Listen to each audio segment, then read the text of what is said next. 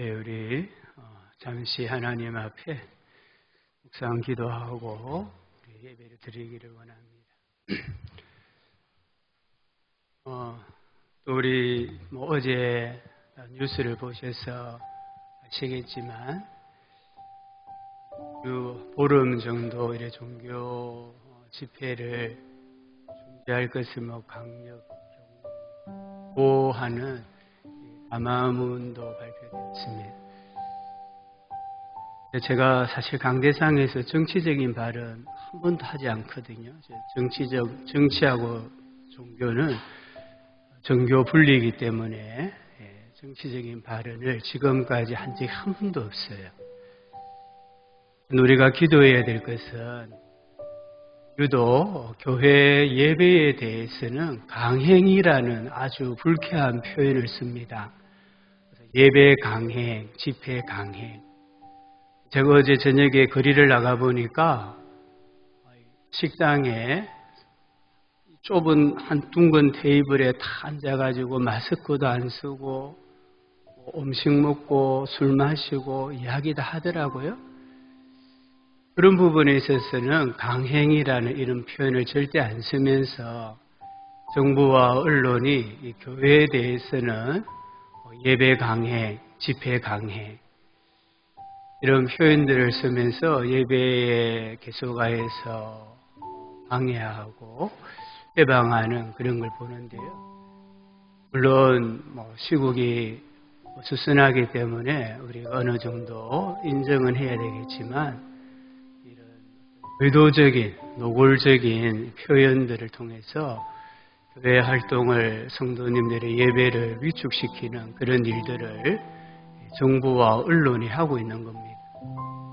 우리 시간에 한번 기도할 제목은 하나님께서 우리의 죄악을 용서하시고 우리가 사는 이 땅을 고쳐주시기를 기도하고 우리 대통령을 비롯해서 정부 지도자들, 언론들이 먼저 선제 조치를 취하지 못한 것에 대해서 그들이 회개하고 다르게 할 수 있도록 하나님께서 지혜를 주시고 대구, 경북 지역의 코로나 바이러스 재난으로 고생하는 우리 국민들을 또 생각하면서 우리 예배를 위해서 한 1, 2분 정도 우리가 묵상으로 도심해서 기도하겠습니다.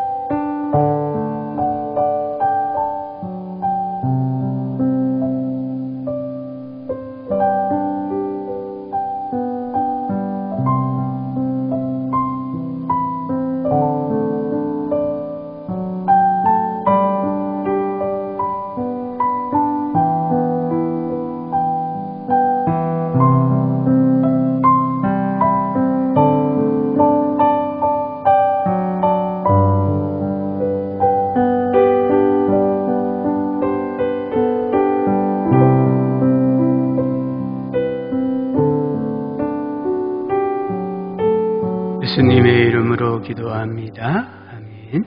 정결한 마음 주시옵소서. 찬송하시면서 하나님 앞에 나아가겠습니다.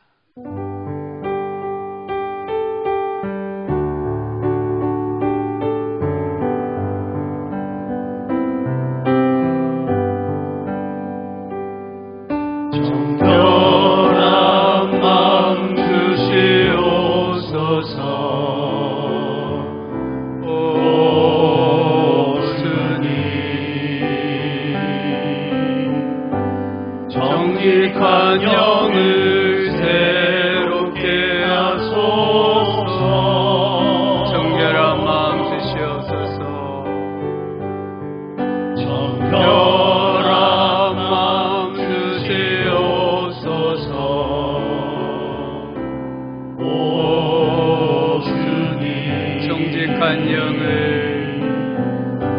정직한 영을 새롭게 하소서.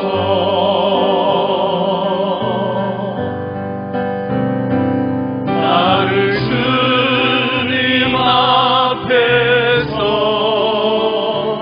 멀리 하지 마시고 주의 성령을 거두지 마옵소서.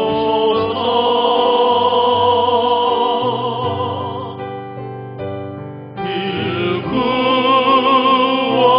구원의 기쁨 다시 회복시키시며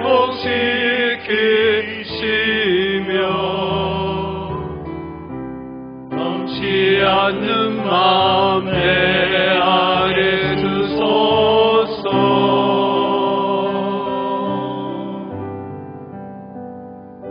연후 반주에 맞추어서 기도함으로 하나님께 예배합니다.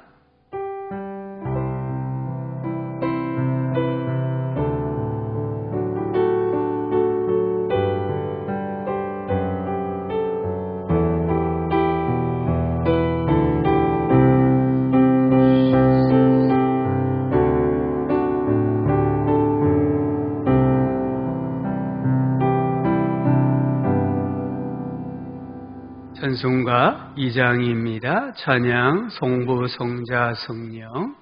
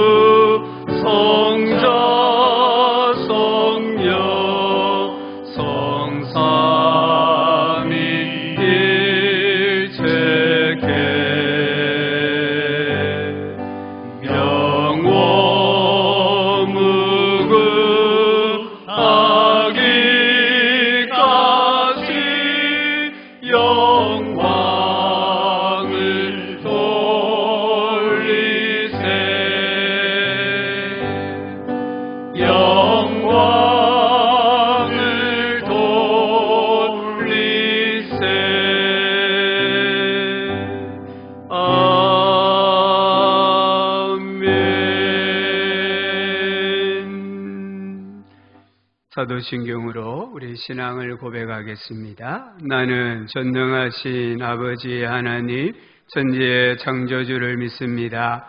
나는 그의 유일하신 아들 우리 주 예수 그리스도를 믿습니다.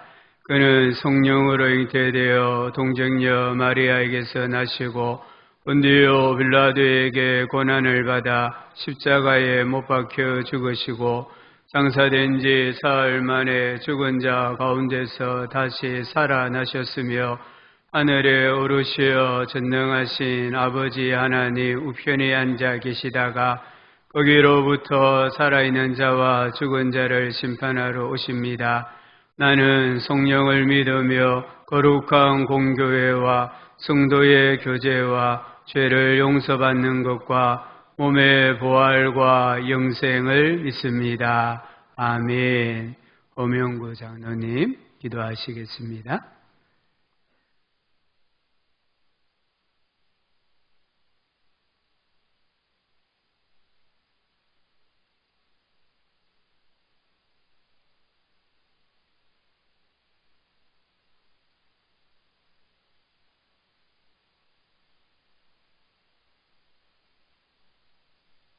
기를 드립니다. 오늘날 우리는 죄 가운데 살아가고 있으며 죄로 오염된 세상을 살아가는 우리들입니다. 우리의 모든 죄를 자복하오니 우리의 죄를 사하여 주시옵소서. 험난한 세상 우리가 살아갈 때 우리는 목자 없는 양같이 메마른 땅만 보고 나아가는 우리들입니다. 주님의 인도하심이 필요하오니 주께서 우리를 돌보시고 안전한 길로 인도하여 주시옵소서. 중국 우한에서 코로나 바이러스가 발생하고 몇 개월이 지났지만 아직까지 진정되지 아니하고 전 세계를 공포로 몰아가고 있습니다. 중국에서 바이러스 사태가 진정되어 가는가 싶더니 이제 유럽의 확진자가 증가하고 전 유럽을 삼킬 태세입니다. 미국도 초비상 상태입니다.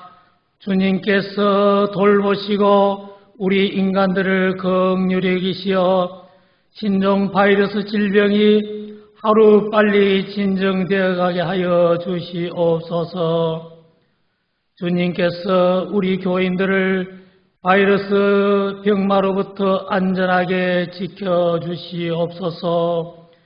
불안한 심령을 위로하여 주시고 모든 성도들이 어려운 가운데서도 믿음 잘 지켜가게 하시고 주님의 말씀과 성령으로 이 어려움을 잘 이겨내게 하여 주시옵소서. 교회에는 많은 사람들이 모이고 예배하며 교제함으로 바이러스 감염의 표적이 되고 있습니다. 예배와 교회 활동에 어려움이 처해 있습니다. 정부와 지자체로부터 종교활동 자제를 권유받고 있는 실정입니다. 주님께서 간섭하시고 권능의 역사를 바라시어 바이러스가 하루빨리 소멸되어 가도록 하여 주시옵소서. 주님 성전 이 예배당에서 모든 교인들이 모여서 기쁘게 찬양하며 기도하고 말씀 듣고 교제하는 주일이 속히 오도록 하여 주시옵소서. 이 시간 우리 성도들 가정 예배로 드리는 가정 많이 있습니다. 주님께서 돌보시고 가정 예배로 드리는 모든 가정을 위로하시고 그 예배가 주님께서 함께하는 온전한 예배가 되도록 하시고 은혜 받는 시간 되게 하여 주시옵소서. 바이러스 감염 때문에 유치부, 초등부, 청소년부, 주일학교 예배를 모이지 못하고 있습니다.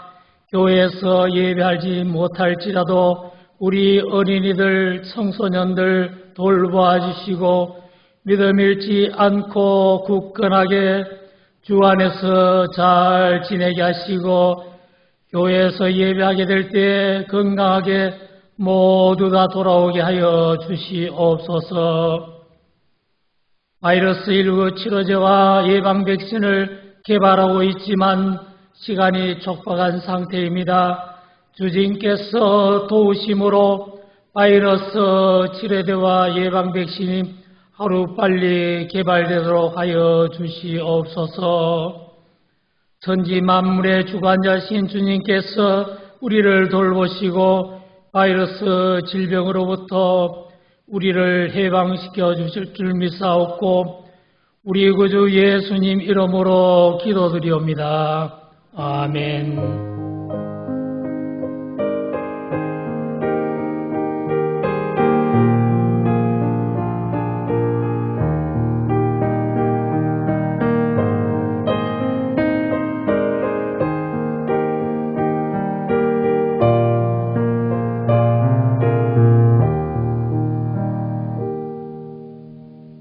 하나님 말씀 구약 성경 전도서 3장입니다. 전도서 3장 1절부터 8절까지 읽고 15절까지 묵상을 하도록 하겠습니다. 전도서 구약 성경 950쪽 3장 1절부터 8절까지 말씀입니다.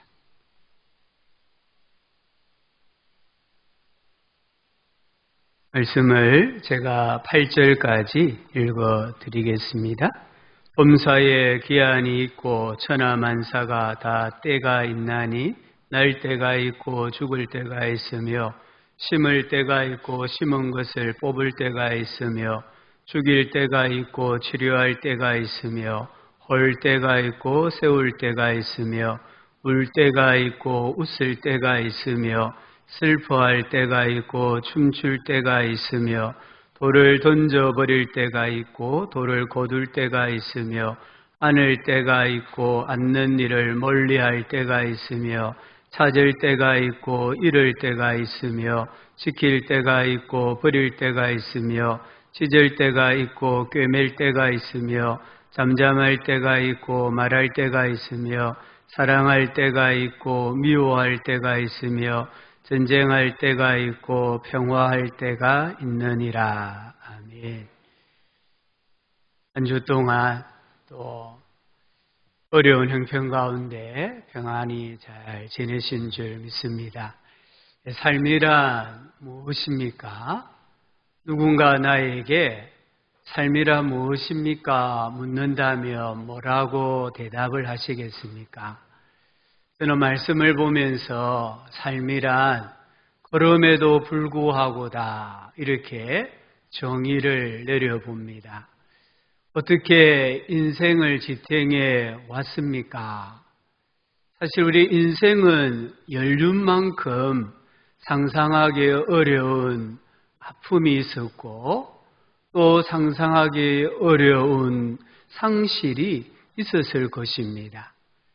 그럼에도 불구하고 그 아픔을 딛고 일어섰고 사랑하고 기대하고 희망을 가졌기 때문에 오늘 여기까지 살아온 것입니다. 어떻게 인생을 살아갈 것입니까? 누군가가 묻는다면 역시 대답은 그럼에도 불구하고입니다. 그럼에도 불구하고의 시간과 은혜가 있기 때문에 미래에 나는 존재할 수 있습니다.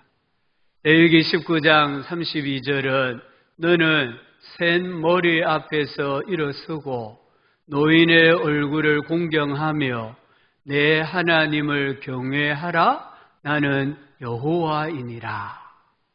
이 말씀이 이해가 되십니까? 왜 성경은 센 머리 앞에, 이전에는 나이가 지긋하게 들면 머리가 휘어졌잖아요. 나이 든 사람들 앞에서는 일어서고 노인의 얼굴을 공경하라. 왜 하나님께서 이렇게 말씀을 하셨을까? 오늘 이 말씀 때문이에요. 살아온 만큼 수많은 사건이 있었고 수많은 상황이 있었습니다.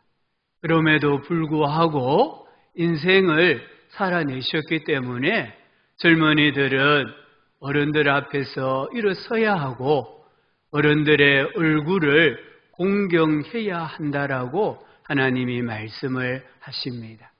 오늘 전도자 솔로몬은 범사에 기한이 있고 천하만사가 다 때가 있다라고 말합니다.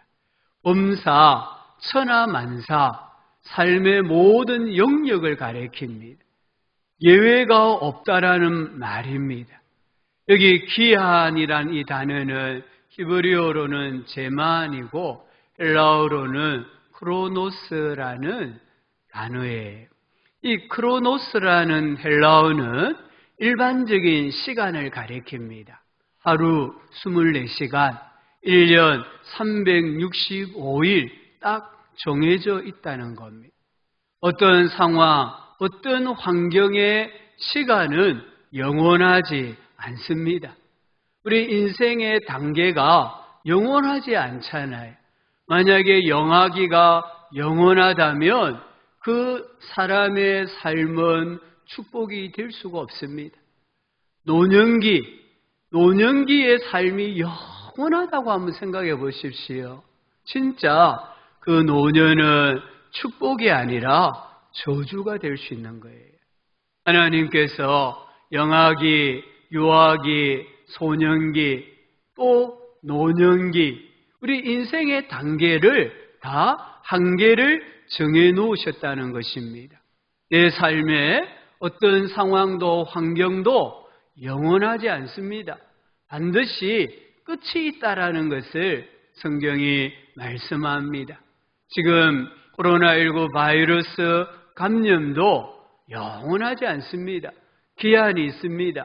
끝이 있다는 것을 우리가 꼭 기억해야 합니다.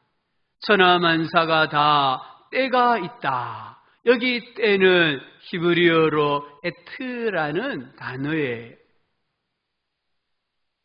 여기 보니까 에트라는 이 히브리어 철자가 바뀌었어요. 히브리어는 오른쪽에서 왼쪽으로 읽어 나가거든요. 우리는 왼쪽에서 오른쪽으로 글을 읽는데 히브리어는 오른쪽에서 왼쪽으로 글을 읽어요. 그래서 저기 에트라는 단어가 뒤바뀌어져야 정확한 단어입니다. 아마 칠 때 조금 생각지 못했던 것 같아요. 그리고 이 에트라는 단어가 헬라어로는 카이로스라는 단어입니다. 이 카이로스는 특별한 시간이에요. 우리식으로 말하면 타이밍입니다. 어떤 적절한 때를 말하는 겁니다. 어떤 목적을 이루는 찰나적인 시간이 있다라고 말씀합니다. 우리가 살면서 겪는 모든 상황, 환경, 사건에는 하나님의 뜻이 이루어지는 순간적인 시간, 찰나적인 시간이 있다라는 것을 꼭 기억을 해야 합니다. 우리는 한 주일, 이것은 어떤 의미에서 기한입니다. 이 크로노스입니다. 한 주일의 이 크로노스 중에 특별한 시간, 카이로스가 있는데 그날이 주일이라는 거예요. 그리고 주일이 하루라는 것은 또 정해져 있는 크로노스입니다.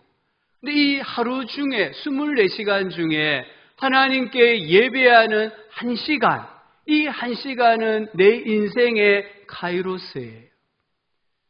내가 한 주를 어떻게 살아갈 것이냐는 오늘 주일을 지키느냐, 오늘 이 주일에 하나님께 한 시간 어떻게 예배를 드리느냐가 결정을 짓는 겁니다. 이 한 시간은 짧은 시간이지만 깊이로 하면은 무한한 시간이에요. 이 한 시간을 하나님과 교제하고 하나님께로부터 은혜를 받고 살아가는 사람과 그렇지 아니한 사람의 삶의 질은 천지 차이라는 것을 우리는 꼭 기억을 해야 합니다. 이 사실, 천하의 범사에 기한이 있고 때가 있다는 사실을 깨달으면 우리는 살아갈 이유가 있습니다. 삶이 고단하십니까? 힘이 드십니까? 우리 인생에 일어나는 일들이 이해가 안 되십니까? 그 삶의 기한이 정해져 있다는 것을 꼭 기억하십시오. 그 기한을 통해 어느 한순간에 하나님께서 내 인생에 이루시고자 하시는 일들을 이루시는 시간이 있다는 것을 꼭 기억하시기 바랍니다. 이 사실을 깨달으면 우리는 하나님 앞에 겸손해질 수밖에 없습니다. 또 우리는 하나님을 무한히 신뢰할 수밖에 없습니다. 우리 이 일생은 크로노스입니다. 이 일생을 살면서 하나님과 깊은 교제를 하는, 하나님을 만나는, 내 인생을 역전시키는 시간, 카이로스를 많이 경험하는 우리 성도님들 되시기를 바랍니다. 솔로몬은 2절부터 8절까지를 보면 범사를 28가지 일을 대조하여 이야기합니다. 2절에 날 때가 있고 죽을 때가 있다 했습니다. 우리 인생의 시작이 있고 끝이 있습니다. 이게 얼마나 큰 복인지 모릅니다. 그런데 일생의 가장 중요한 이 시작과 끝을 주관하시는 분은 하나님이십니다. 내가 내 삶의 시작인 출생, 삶의 끝인 죽음을 선택할 수 없습니다. 오직 하나님의 주권에 달려 있습니다. 날 때가 있다. 얼마나 큰 복인지 모릅니다. 우리 결혼하신 분이 아이를 잉태했는데 10달이 되면 아이를 낳아야 돼요. 근데 10달이 안 됐는데 6개월, 7개월, 8개월 됐는데 아이가 나오면 어떻게 됩니까? 10달이 지나고 11달, 12달이 되었는데도 아이가 나지 않으면 어떻게 되겠습니까? 날 때가 있고 죽을 때가 있다는 겁니다. 이 말은 나고 죽고 그 사이에 모든 것이 하나님의 손에 달려있다 이 말입니다. 제가 제 아이를 키울 때는 한 번도 감사해 본 적이 없는 기도 제목이 할아버지가 되니까 너무너무 많아요. 제 외손자가 자라는데 저는 계속 기도했거든요. 다른 거 기도하지 않고 이 아이가 성장이 제때에 바르게 되도록 계속 기도했어요. 지금도 물론 기도하죠. 옹알이, 뒤집기, 기기, 앉기, 서기, 걷기, 말하기.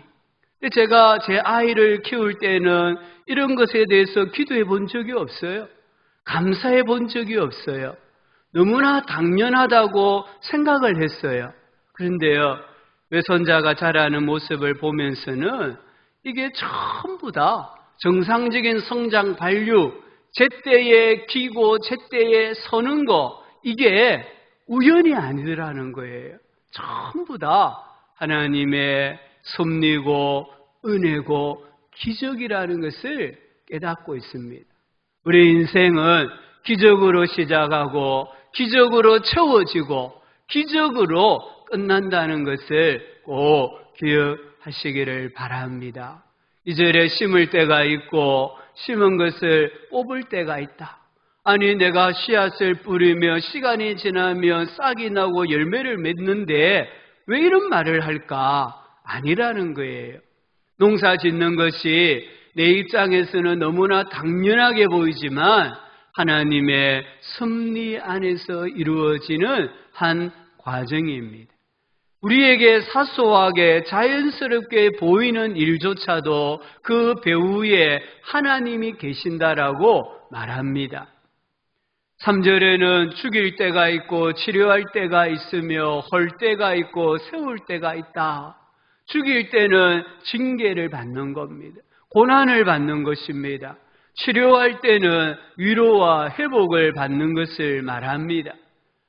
여기 죽일 때가 있고 치료할 때가 있다. 징계와 고난이 영원하지 않다는 겁니다. 반드시 회복의 때가 있다는 겁니다. 우리 성도님들은 너무 지나친 패배주의나 지나친 죄의식을 가지면 안 돼요.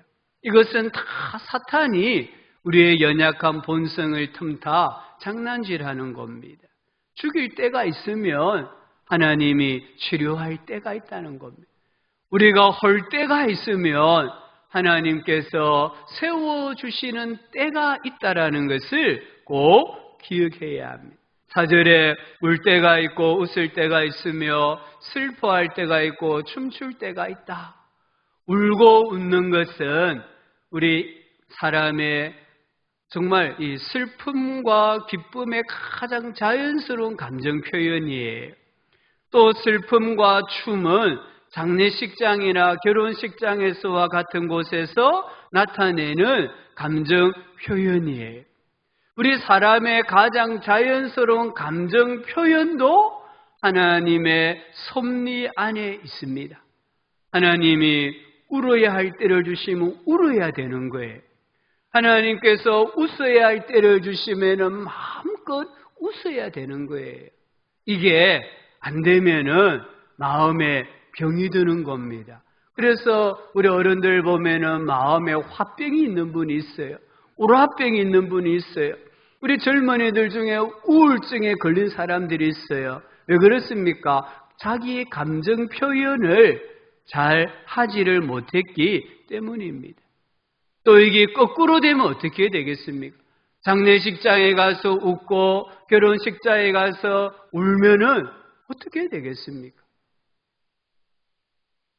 하나님께서 우리의 이 감정 표현까지도 주장하고 계신다라는 것을 꼭 기억을 해야 합니다. 5절은 돌을 던져버릴 때가 있고 돌을 거둘 때가 있다고 했습니다. 이 돌에 대한 해석은 다양합니다만은 오늘은 전쟁이라고 생각하겠습니다. 전쟁을 해서 적군의 성을 점령했을 때에 적당하게 해야 된다는 겁니다. 그래서 돌을 던져버릴 때가 있다는 거예요. 그 성을 완전히 함락을 시키면 안 된다는 겁니다.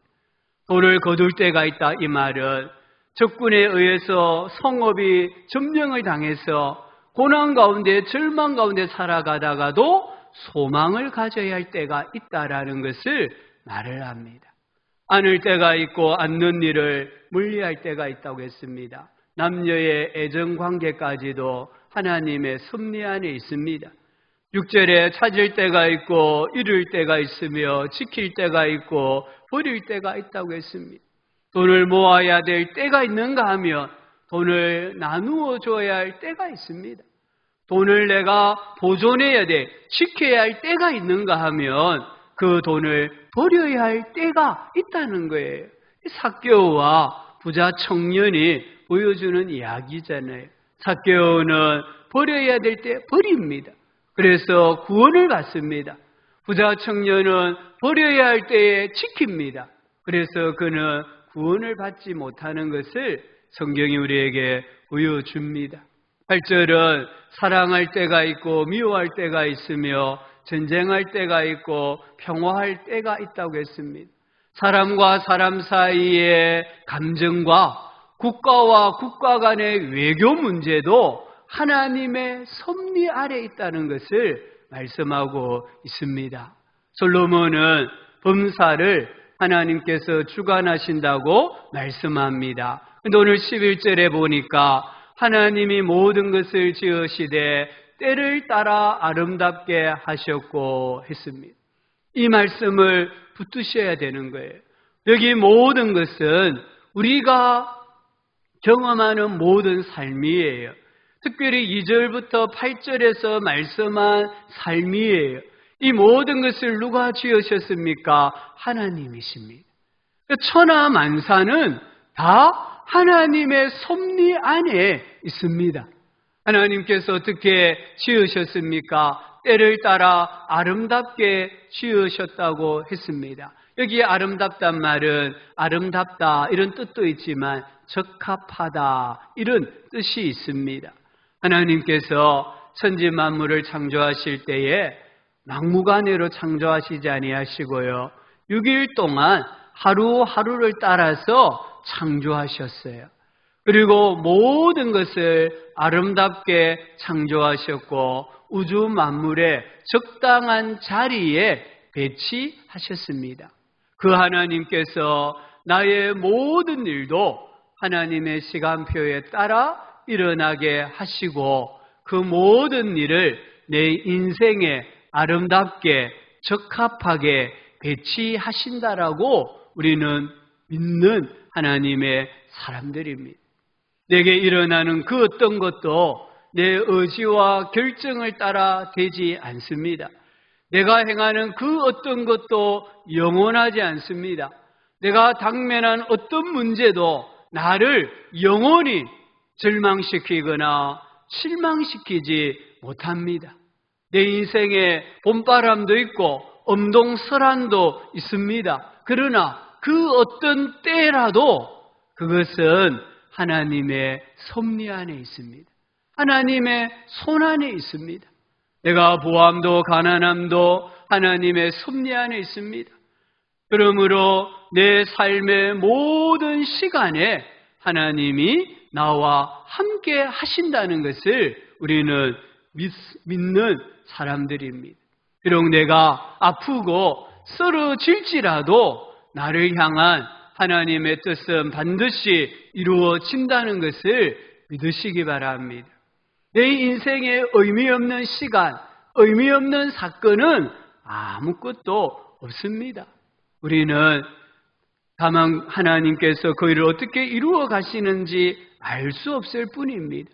하나님은 그 모든 일을 이루어 가신다라는 이 사실 하나만 붙잡고 하나님을 신뢰하고 그럼에도 불구하고 살아가야 하는 게 우리 사람이고 특별히 신자의 삶입니다. 시간의 주인은 하나님이십니다. 우리는 하나님께 매일 시간을 임대받아 사용하고 있을 뿐입니다. 그래서 모세가 시편 90편 12절에서 기도하지 않습니까? 우리에게 우리날 계수함을 가르치사 지혜로운 마음을 주옵소서. 모세는 하루하루를 살아갈 수 있는 지혜를 구한 거예요. 하나님, 제 앞으로 살 날이 몇 년 남았습니까가 아니라 하나님, 앞으로 제가 살 날이 며칠 남았습니까? 이렇게 기도했다는 거예요. 나에게 남은 날을 어떻게 사용해야 하겠습니까? 그럼에도 불구하고 우리 성도님들은 소중한 것을 먼저 하는 지혜자가 되셔야 돼요. 소중한 게 무엇일까요? 오늘 하나님은 우리에게 시간을 영원한 것에 투자하라고 말씀하십니다. 11절에 보니까 하나님께서 사람에게 영혼을 사모하는 마음을 주셨다고 했어요. 이 말씀은 하나님께서 사람은 하나님과 교제할 수 있도록 창조하셨다는 말씀입니다. 하나님께서 사람은 영혼에 대하여 생각하고 영생에 대한 소망을 가지도록 창조하셨다라는 말씀입니다. 우리는 순간을 사는 존재지만 영혼을 바라볼 수 있습니다. 그럼에도 불구하고의 삶은 이 영혼을 바라보는 마음에서 시작이 되는 거예요. 2절부터 8절까지 말씀한 이 모든 상황에서 예를 들면 울 때에 영혼을 바라보는 거예요. 천국을 바라보는 거예요. 그럼에도 불구하고 울면서라도 인생을 살아가게 된다는 것입니다. 땅의 것은 잠깐입니다. 그러나 위의 것은 영원합니다. 이 세상의 것은 영원하지 않습니다. 내가 가진 돈도 명예도 권력도 아름다움도 또는 어떤 건강도 육신의 이 생명도 영원하지 않습니다. 영원한 것은 하나님뿐입니다. 그 하나님께서 오늘 선물로 주신 나를 위의 것, 영원한 것에 투자하는 지혜로운 인생이 되시기를 바랍니다. 오늘 하루 복된 주일입니다. 이 주일에 비록 1시간이지만 이 1시간을 영원하신 하나님, 영원한 본향, 천국을 생각하고 주님과 교제한다면 우리의 삶은 이 땅에서뿐만 아니라 죽음 이후의 세계에서도 영원한 생명을 누리게 되어 있습니다. 미국의 엘코나라는 아주 특별한 회사가 있습니다. 이 회사는 냉동인간을 만드는 회사입니다. 사망 직후의 환자나 의학적으로 소생이 불가능한 환자를 영하 196도의 액체 질소에 냉동을 시켜 보관을 해요. 냉동시켜 보관해 놓았다가 과학이 아주 발달한 미래의 어느 날에 다시 부활시킨다라고 그들은 주장을 합니다. 우리 사람이 얼었다가 다시 살아날 수 있다는 보장이 없습니다. 그런데도 많은 사람들이 엄청난 돈을 지불하고 지금 냉동인간이 되어 있어요. 또 많은 사람들이 냉동인간이 되려고 지금 대기를 하고 있다고 합니다. 이렇게 한다고 해서 영원히 사는 게 아닙니다. 살아있는 동안에 예수님을 구주로 믿고 하나님의 뜻대로 사는 것이 영혼을 위한 가장 확실한 준비이고 투자인 줄 믿습니다. 이 땅에서 우리가 해야 할 가장 소중한 일은 천국을, 영혼을 준비하는 삶입니다.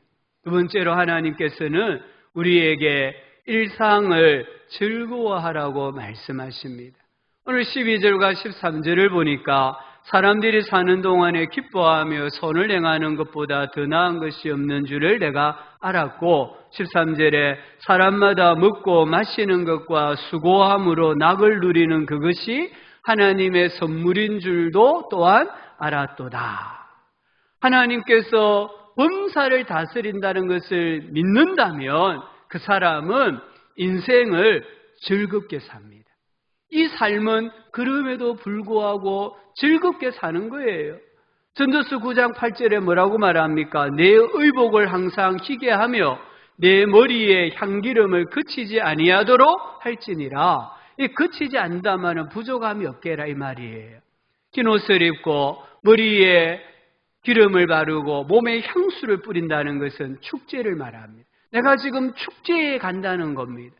하나님께서는 우리 인생들에게 즐겁게 기뻐하며 살아라고 말씀하십니다. 내 인생에 일어나는 그 모든 일이 하나님의 섭리 안에서 일어나는 일이고 하나님의 뜻이 이루어지는 찰나적인 시간, 순간이 있다는 것을 믿는다면 우리는 기뻐하고 즐거워하면서 인생을 살아야 합니다. 미국에 존 파이퍼라는 목사님이 계십니다. 이 목사님이 암을 낭비하지 마세요라는 책을 썼어요. 2006년에 이 목사님이 전립선 암 선고를 받았습니다. 그리고 그 암을 치료하는 과정에서 누렸던 은혜를 기록한 책이 바로 암을 낭비하지 마세요 이 책인데요. 이 책에서 암을 낭비하는 10가지 모습을 말해요. 한번 우리가 우리의 삶에 좀 잘 대조해 봤으면 좋겠어요. 첫 번째는 암이라는 고난이 주는 의미를 깨닫지 못한다면 암을 낭비하는 것이다. 하나님 왜 내게 암이라는 병을 주셨을까? 이 고난의 의미를 깨닫지 못하면 암으로 인한 고통을 당하는 시간이 낭비라는 거예요. 두 번째는 당신의 암이 하나님에 의해 계획된 것임을 믿지 않는다면 당신은 암을 낭비하는 것입니다. 세 번째는 당신이 그것을, 즉 암을 저주라고 믿고 선물로 받아들이지 않는다면 당신은 암을 낭비하는 것입니다. 네 번째는 당신이 하나님이 아닌 병이 나을 확률로부터 위로를 구한다면 당신은 암을 낭비하는 것입니다. 우리가 어떤 암에 걸렸을 때 하나님에게서 위로를 받아야 되는데 내 이 암이 나을 확률이 몇 프로인가? 내가 살아날 확률이 몇 프로인가? 여기에서 위로를 받는다면 우리는 암을 낭비한다는 거예요. 다섯 번째는 당신이 죽음에 관하여 생각하기를 거절한다면 당신은 암을 낭비하는 것입니다. 여섯 번째는 당신이 그리스도를 더욱 사랑하게 되는 것보다 암을 이기는 것만이 살 길이라고 생각한다면 당신은 암을 낭비하는 것입니다.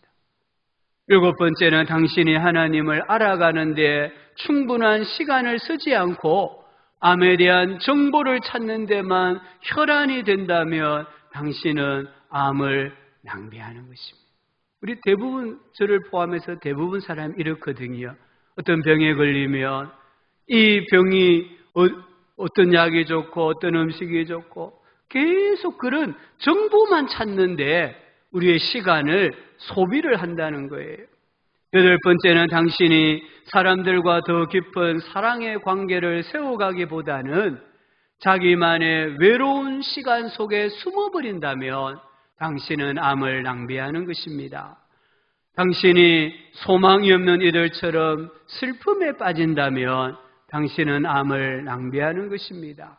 열 번째, 당신이 이전처럼 죄의 문제를 여전히 가볍게 여긴다면 당신은 암을 낭비하는 것입니다. 마지막 11번째, 당신이 이것을, 즉 암이라는 질병을 그리스도의 진리와 영광을 증거하는 기회로 삼지 않는다면 당신은 암을 낭비하는 것입니다 라고 이야기합니다. 이 책에서 말하는 11가지 모습은 암이라는 병뿐만 아닙니다. 암이라는 질병만 아니라 우리 인생에 시시각각 다가오는 질병, 정말 암과 같은 무서운 질병과 고난이라는 긴 터널을 통과하고 있는 모든 사람이 새겨야 할 말입니다. 우리는 암과 같은 절망 가운데서 삶을 낭비하면 안 된다는 겁니다. 내게 암과 같은 절망이 있지만 그럼에도 불구하고 주어진 날을 감사하면서 기쁘게 즐겁게 살아야 한다는 겁니다. 하나님을 사랑하는 자, 곧 그의 뜻대로 부르심을 입은 자들에게는 모든 것이 합력하여 선을 이루게 하시는 분이 하나님이시기 때문입니다. 오늘 하루 이 한 주간 코로나 바이러스로 인해서 사람들이 길거리에 나가기를 두려워하는 이 시국에 우리 성도님들 그럼에도 불구하고 일상이 즐겁고 기쁘고 행복한 날이 되기를 주의 이름으로 축복합니다. 세 번째, 하나님께서는 우리에게 인생의 본분을 회복하라고 말씀하십니다. 오늘 14절에 보니까 하나님께서 행하시는 모든 것은 영원히 있을 것이라 그 위에 더할 수도 없고 그것에서 덜할 수도 없나니 하나님이 이같이 행하심은 사람들이 그의 앞에서 경외하게 하려 하심인 줄을 내가 알았도다. 2절에서 8절에 말한 이 28가지의 때는 과거에도 현재에도 미래에도 영원히 반복된다고 말씀합니다. 이런 때가 만났을 때에 인간이 할 수 있는 일은 아무것도 없습니다.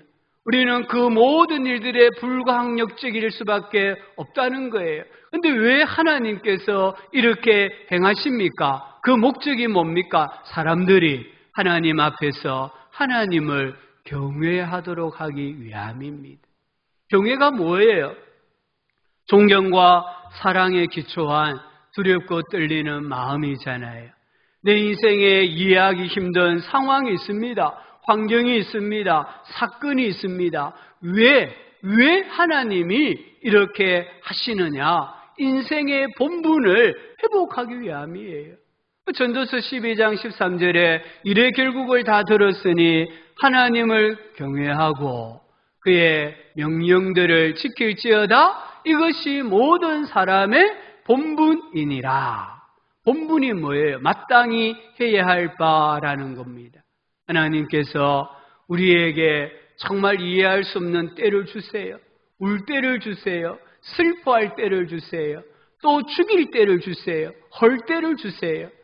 이 모든 때를 통해 또 반대로 기뻐하고 춤출 때도 있잖아요. 이 모든 때를 통해 하나님은 우리에게 우리가 하나님을 경외하는 인생의 본분을 회복하기를 원하신다는 것을 꼭 기억을 하셔야 합니다. 우리는 빨리빨리 문화에 익숙해 있습니다. 무슨 일이든 빨리빨리 하는 사람이 유능하다고 생각합니다. 그러나 성경은 그렇게 말씀하지 않습니다. 성경은 유능한 사람이 누구냐, 지혜로운 사람이 누구냐, 인생의 때에 하나님을 경외하는 사람이라고 합니다.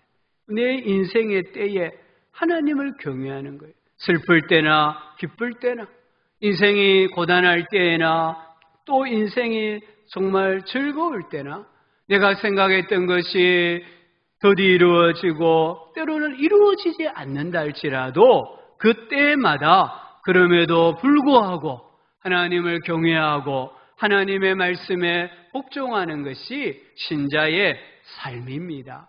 마지막으로 하나 더 보면 하나님은 우리에게 현재의 최선을 다하라고 말씀하고 계십니다. 15절에 보면 이제 있는 것이 옛적에 있었고 장래에 있을 것도 옛적에 있었나니 하나님은 이미 지난 것을 다시 찾으시느니라. 여기 하나님은 이미 지난 것을 다시 찾으신다, 이 말씀을 다른 성경 번역을 보면 하나님은 하신 일을 되풀이 하신다, 이 말이에요. 하나님은 과거에 하신 일을 오늘 되풀이 하세요. 오늘 하신 일을 미래에 되풀이 하신다라고 말씀합니다. 따라서 우리는 어떻게 해야 됩니까? 그럼에도 불구하고 인내해야 합니다. 비행기를 타고요, 멀리 가보신 분들은 다 아실 거예요. 내가 미국을 가려고 하면 최소 12시간에서 14시간은 비행기를 타야 돼요. 내가 비행기 안에서 갑갑하다고 내리고 싶다고 비행기가 어느 공항에 이렇게 착륙하는 게 아니에요. 내가 뉴욕을 가려고 하면 뉴욕 존 F 케네디 공항까지 이 비행기가 착륙할 동안 14시간은 비행기 안에서 자든 먹든 돌아다니든 어떻게 하든지 간에 비행기 안에 머물러 있어야 돼요. 우리가 하나님 앞에서 내가 생각하는 때와 하나님의 때는 다르기 때문에 어떤 환경과 사건 가운데서도 인내해야 됩니다. 두 번째는 우리는 그럼에도 불구하고 자기를 개발해야 합니다. 자기 자신에 대해서 우리는 계속해서 업그레이드를 시켜야 돼요. 썰물 때에는요, 아무리 밀어도 배가 움직이지 않습니다. 이 밀물에 배가 해안가로 떠밀려 내려왔어요. 그리고 이 썰물이 되면은 배는 그냥 해안가에 덩그러니 놓여져요. 그때 우리 사람이 이 배를 민다고 해서 배가 바다로 나가는 게 아닙니다. 그때에 우리는 절망해서는 안 된다는 겁니다. 그때에 그물을 깁고 배를 수리하고 항해 기술을 배우고 마음의 준비를 하고 밀물대를 기다려야 되는 거예요. 그래서 밀물이 밀려오면은 바다로 나갈 수가 있다는 것입니다. 하나님은 하신 일을 되풀이 하십니다. 때는 바뀝니다. 울 때가 있었으면은 웃을 때가 있습니다. 죽일 때가 있었으면은 치료할 때가 있습니다. 그 때는 다시 돌아옵니다. 그러나 지금 여기서 최선을 다해 자기를 개발하고 발전시키는 자만이 인생의 역전의 기회를 붙잡을 수가 있다는 것을 꼭 기억해야 합니다. 범사에 기한이 있습니다. 천하만사가 다 때가 있습니다. 그럼에도 불구하고 우리는 하나님 앞에서 삶을 살아야 합니다. 어느 선교사님이 중국에 선교사로 가서 장래를 생각해가지고 힘들게 7년 동안 중국 공부를 했어요. 중국 현지 대학에서 공부하고 한중 통번역 대학원에서 공부를 했어요. 또 180시간 통번역하는 실습도 했어요. 그래서 중국의 한 도시의 외국어 대학교의 한국어학과 정식 교수가 되었어요. 이분은 비자 연장에 대해서 신경을 안 써요. 왜냐하면 대학 교수니까 사택도 학교에서 줘요. 그리고 학교에서 2년, 5년짜리 비자를 발급해줘요. 그가 지하 교회를 했는데 40-50명 모였어요. 모든 게 잘 되고 있었어요. 그런데 어느 날 이 지하 교회를 하는 것이 학교 당국에 발각이 된 거예요. 발각되었을 때 당신은 중국을 떠나라고 했대요. 그런데 이 선교사님이 정말 이해가 안 됐다고. 내가 이렇게 밤잠도 안 자고 중국어 공부해서 중국 선교사들 중에 중국어를 가장 잘하는 몇 사람 중에 한 사람이 되었는데 비자도 걱정 안 해도 되는데 하루아침에 학교 당국에서 당신은 나가십시오. 그래서 하나님이 하시는 이해가 안 됐대요. 그런데도 불구하고 돌아왔대요. 한국에 돌아온서 6개월이 지났는데요. 우한, 우리는 우한인데 중국어로 하면 무한이라고 하더라고요. 그 우한에서 이 폐렴 바이러스가 발생한 거죠. 그래서 그가 하나님이 자기를 미리 보내셨구나 이런 걸 깨달았다는 거예요. 그리고는 이 필리핀에 가서 6개월 영어 공부를 했대요. 근데 3월 8일 날 갑자기 한국에 돌아가야 되겠다 이런 마음이 들더래요. 그 학원에서 또 다른 사람들은 일주일만 더 있으면 당신이 이래 수료도 하고 그런데 왜 돌아가려고 하느냐? 돌아가지 말라고 했대요. 그런데 너무 돌아가고 싶더래요. 그래서 끊었던 비행기표를 취소하고 새로 비행기표를 끊어서 급하게 한국으로 돌아왔어요. 이해가 안 되었죠. 근데 그 다음 날 필리핀 입국 제한이 된 거예요. 금지 제한. 그래서 이분이 하나님께서 내게 왜 그런 마음을 주셨는가 이해가 안 되었지만 한국에 돌아와서 보니 하나님의 때, 하나님의 타이밍이 있었다라는 것을 깨닫게 되었다라고 이야기를 했습니다. 우리 인생은 그럼에도 불구하고 인생이에요. 우리 인생의 온갖 상황과 온갖 사건이 다 닥쳐옵니다. 그럼에도 불구하고 우리 성도님들은 위를 쳐다보셔야 돼요. 하나님, 영원하신 하나님, 나의 영원한 본향을 날마다 순간마다 묵상을 하셔야 돼요. 그럼에도 불구하고 일상의 즐거움을 회복하시기 바랍니다. 그럼에도 불구하고 인생의 본분인 하나님을 경외하시기를 바랍니다. 그럼에도 불구하고요, 오늘 인내하시면서요, 무조건 인내만 하시면 안 돼요. 자기를 개발하셔야 돼요.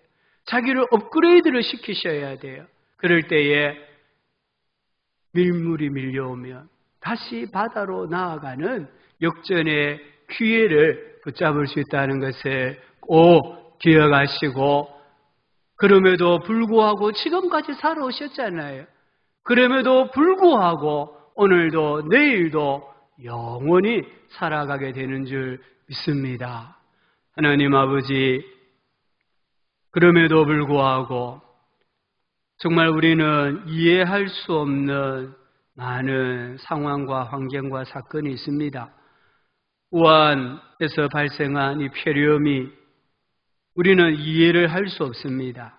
그럼에도 불구하고 우리가 오늘도 살아갑니다.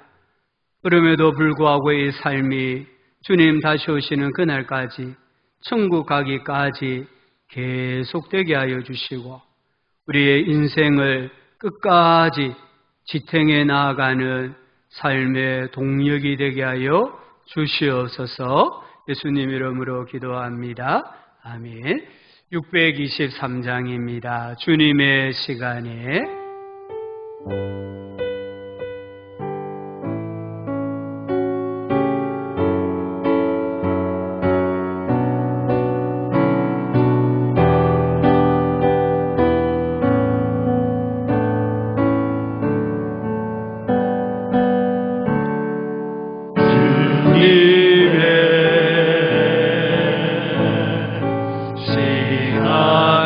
아름답게 모든 것 변하리. 아름답게 모든 것 변하리. 주님 나의 갈 길을 인도하여 주시니 주의 뜻을 따라서 살리라. 주님의 시간에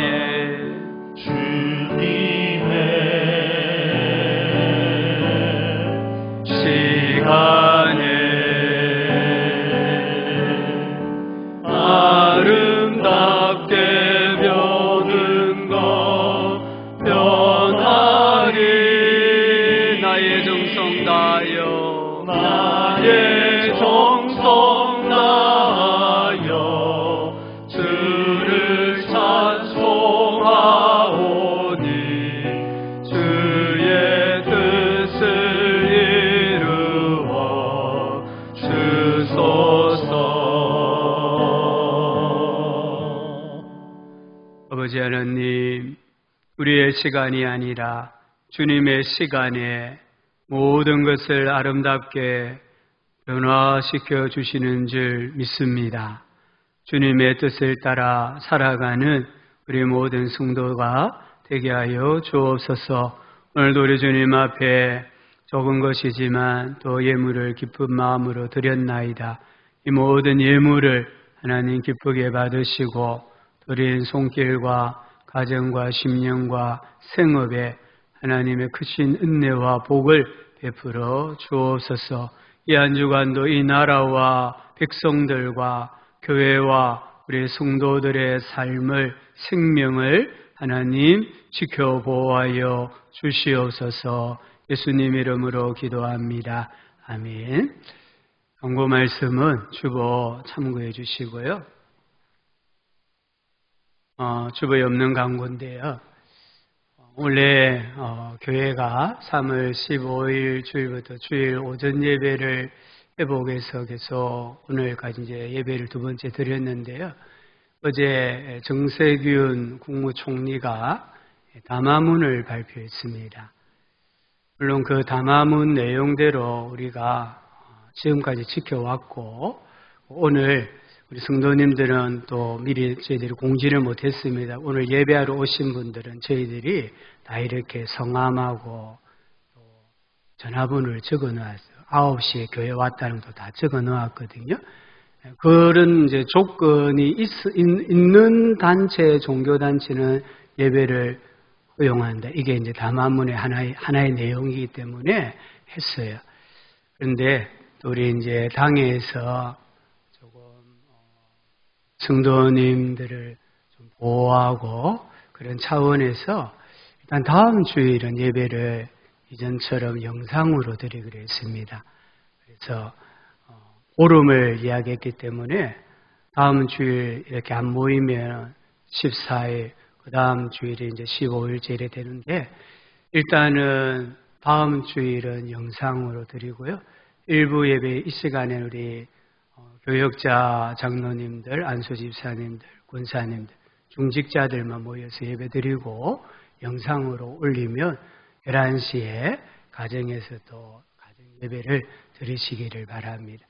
4월 5일은 일단은 전체적으로 합의가 안 됐습니다만은 지금 현재로는 추이를 보고 결정을 할 것입니다.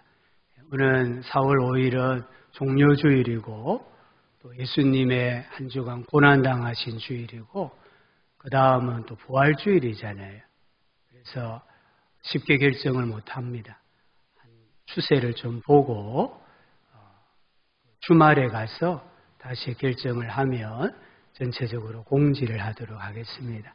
성도님들께서 이해를 해주시고 나는 교회 와서 예배드리고 싶은데 그런 분들의 예배까지도 저희들이 좀 금지해서 대단히 죄송합니다.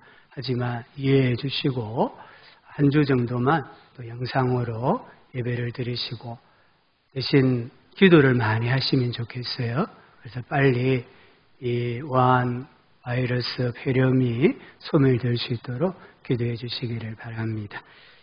다른 광고들은 주보를 참고해 주시기를 바라고요.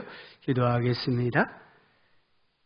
생명의 주가 되시는 예수 그리스도의 은혜와 우리 하나님 아버지의 크신 사랑과 성령 하나님의 위로하여 주시고 교제하여 주시고 치유하시며 돌보아 주시는 은혜가 어려운 시국과 환경 가운데 있지만 그럼에도 불구하고 하나님을 바라보고 일상의 즐거움을 회복하고 하나님을 경외하며 자기의 영성을 지키고자 애쓰며 노력하고자 하는 모든 성도들의 삶과 앞날 위에 이 땅에 고난당하는 자들 위에 몸된 교회 위에 영원토록 함께 있을지어다. 아멘.